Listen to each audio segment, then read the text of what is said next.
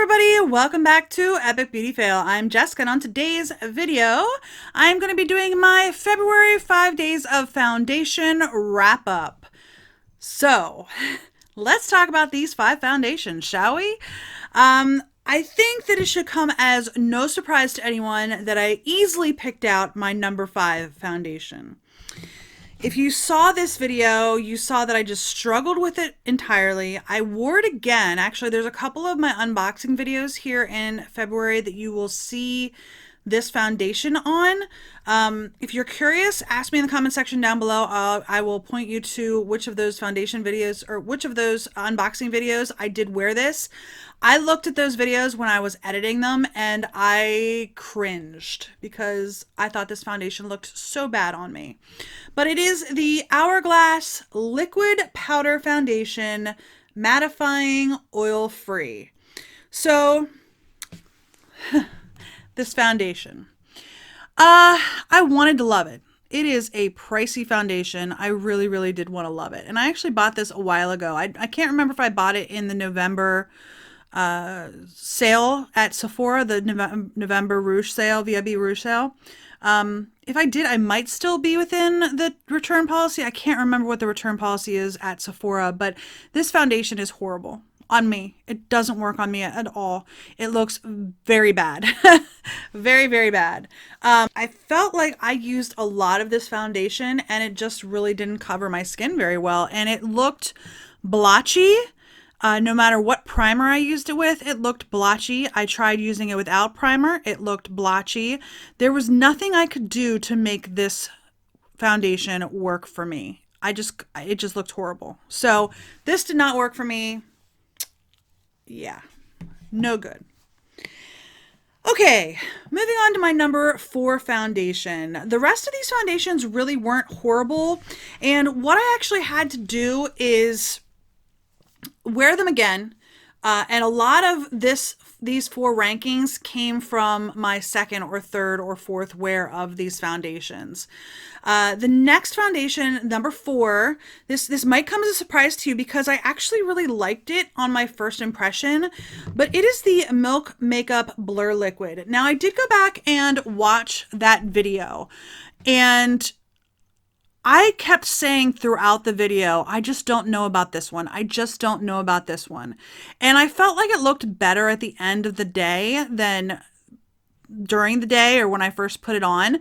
But I tried this again a couple of times and this stuff would not set on my skin. I don't know if I used too much, but it would not set on my skin. I actually, during one of my, I wore this again during one of my unboxing videos.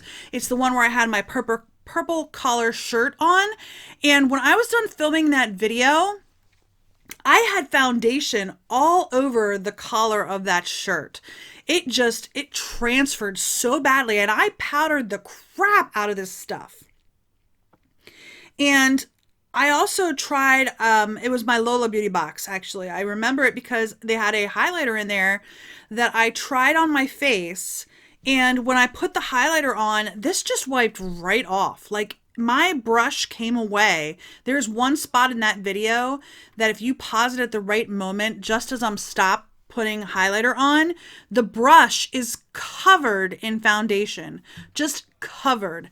And I had set this with powder. I had put a boatload of powder over this stuff because I was having such a hard time with it. Like literally, I would just touch my face and my finger would come away covered in foundation. Now, again, that might be user error. Maybe I put too much foundation on. I don't know. But this stuff would not set for me and I will probably not wear this again. I did not like it. The first time I wore it, like I said, if you go back to my original first impression video, it wasn't horrible, but I kept saying I wasn't sure. And after using it again, I really was. It's not as bad for me as the Hourglass Immaculate, but this was my number 4. Okay, the next number 3 is gonna have to be my Derma Blend. This one wasn't too bad. It did not match my skin tone. It was definitely too dark for me, but I felt like the wear time on this actually was really pretty good. I I did not have an opportunity this month to try it with a lightener. I do have a lightener, foundation lightener that I could use it with. But yeah, this is the Dermablend Smooth Liquid Camo, and it wasn't bad, and it definitely wasn't bad the second and third time I tried it either. It was just like I said, a little bit dark on my skin. The only reason why it's at number 3 is because it was just okay. It didn't really blow me away. It wasn't like amazing on my skin. It was a pretty good foundation, but it just wasn't like the best this month. So I will wear this again. This one wasn't too bad. I will wear that again. And that brings me down to my number 2 and my number 1. I have the Stila Stay All Day Foundation and Concealer. So this one does have the foundation that comes out in the little pump. And it also has the pot concealer on the top, which is actually really creamy concealer. And then I have my Too Faced Peach Perfect Comfort Matte Foundation. So this was very difficult. I've actually tried out both of these a couple of times since filming the videos, and I actually really like both of these. And there was one determining factor that it came down to that put one over top of the other, because I really struggled with this. I had already filled out my list 5, 4, 3, and I sat there and I looked at these two foundations and I was like, okay, which one? And I finally came down to the decision that my number 1 foundation for this month, I had to give it to the Too Faced Peach Perfect. So I'm going to put that down for a second, and let's go ahead and talk about the Stila Stay All Day Foundation. This was a good foundation for me. I think it was Tati that I saw do a review on this, and she hates this foundation. I'm pretty sure it's this foundation. I probably should go back and look, but I'm pretty sure this is the one she said she really didn't like. She said it like slipped and slid all over her face. And I'm fairly certain it's this one. But I really like this. I felt like it went on my face really well. I felt that it blended very well on my face. I felt that it matched my skin tone fairly well. So this is the color Porcelain. That worked out really well. I really like the concealer, especially since the price point on this, I think, is in the $30-something range. And to get both the 1 ounce of foundation plus the concealer on top, I was really pleased with that. So I do really like this foundation. I will pick this one up again and wear it because I like the way it wore on my skin. It wore really well. But the number 1 determining factor, which made me pick the Too Faced Peach Perfect, which I almost didn't, and I'll mention here in a second why. The reason why I like this foundation above the other 4, especially above the Stila Stay All Day foundation, was because this doesn't transfer at all. I have it on my skin right now. I did powder. I'm actually filming this right after yesterday's video. So if you saw my yesterday's video, my February beauty box look, all I did was change my lip color. But I'm filming them back to back. So this is what's on my face right now. If you were wondering yesterday what was on my face, but I mean, I can touch this and not one spot of foundation comes off on my fingers. Nothing comes off on my fingers. This stuff does not transfer, and that is my number 1 challenge with liquid foundation. I have tried setting spray, and this doesn't even have a setting spray on it. This just has some powder over top of it, and I'm not even sure that I need to wear powder with this. Every time I have worn it, I have put powder on, but I'm not sure that I have to. And I mean, I have tried other foundations with powders, setting sprays, multiple sprays of setting sprays, multiple types of powder.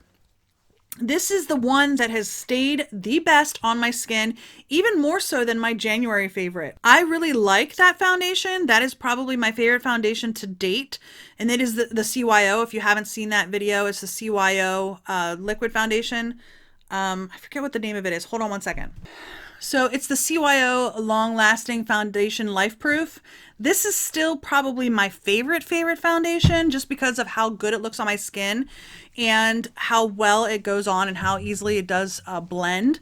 But this one stays on my skin more so than that one. So if I could somehow get these two mixed together, that would be awesome. If CYO, I really do like this foundation. If CYO can figure out how to make this transfer proof, or at least as transfer proof as the Peach Perfect is, my dream foundation.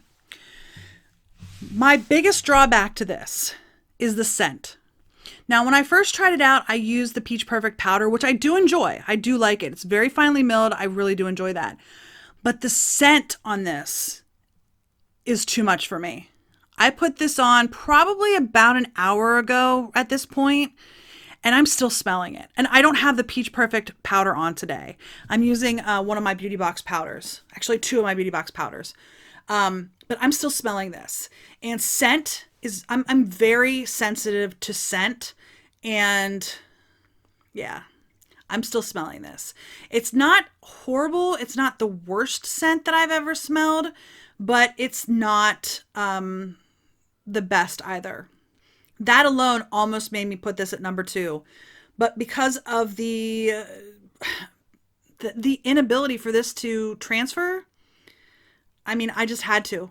I had to put this as my number 1 because the transfer resistance of this was just exactly what I want in a foundation. I wish every foundation was as transfer resistant as this one is. So there are my 5 foundations. I am going to put a little clip in here right now of the 5 foundations side by side so you can see the color matches.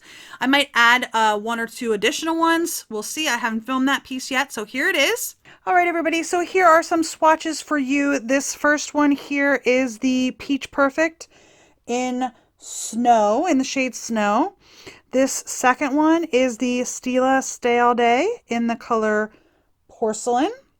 The third one is Dermablend in the color Linen 0C. The fourth one is the Milk Makeup Blur Liquid in the color Fair. This fifth one is the Hourglass Immaculate in the shade Blanc. The sixth one, just for comparison, is the CYO in 101. And this last one is the Ulta HD Soft Focus in the shade Light Cool, which I believe is actually the closest shade match to my neck when looking at just my neck. So there are some swatches for you.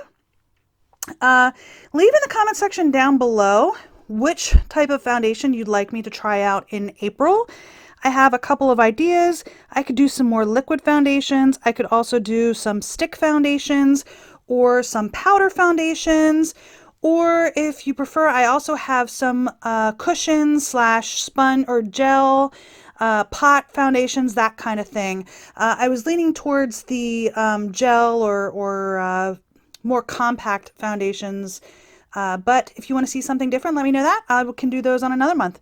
So let me know your thoughts. Okay, so I do hope you enjoyed that. I'm going to go ahead right now and give you a sneak peek into March's foundations. Now today's video is posting on March 2nd. I normally would post this at the end of the month, but because February is such a short month, that's why it ended up being into the March time period. So beginning Monday, you will start to see the March foundations.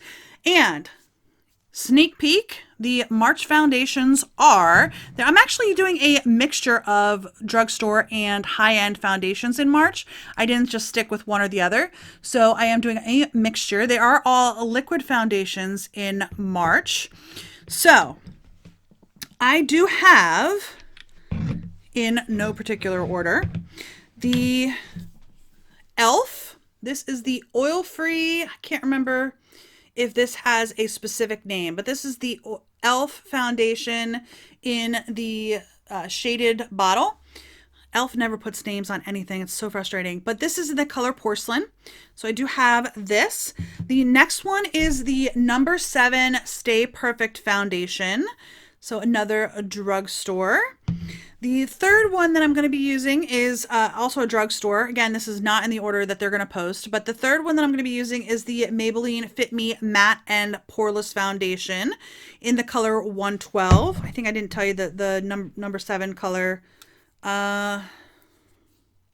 This is in the color Calico.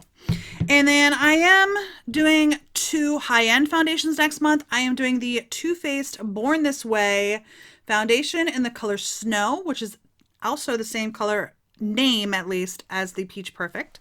And I also got my hands on the NARS Natural Radiant Longwear Foundation.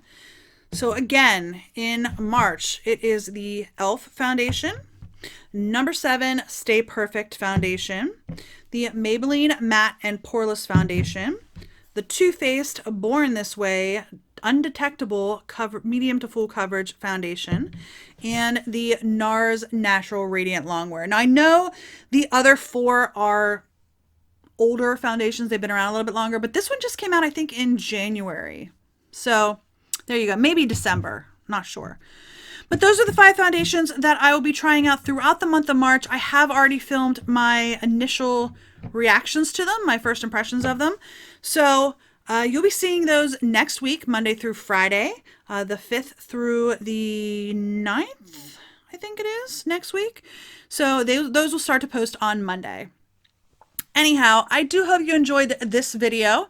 If you did, please give me a thumbs up down below. If you haven't already and you would like to be, please hit the red subscribe button. And don't forget to hit the little bell to notify you when I do upload new videos. And let me know your comments in the comment section down below. Did you try any of these 5 foundations? Again, number 1, Too Faced Peach Perfect Foundation. Number 2, my Stila Stay All Day Foundation and Concealer. Number 3, the Dermablend Smooth Liquid Camo Foundation. Number 4, my Milk Makeup Matte Foundation. This is the Blur Liquid. And my number 5, which I would not recommend to anybody, even though it's some people's holy grail, the Hourglass Immaculate Liquid Powder Mattifying Oil-Free Foundation. There you go. Let me know in the comment section down below what you think. And I will see you on the next Epic Beauty Fail. Bye.